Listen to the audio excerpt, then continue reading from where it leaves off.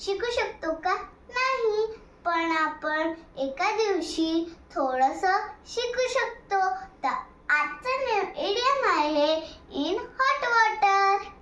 In hot water means difficult situation and trouble.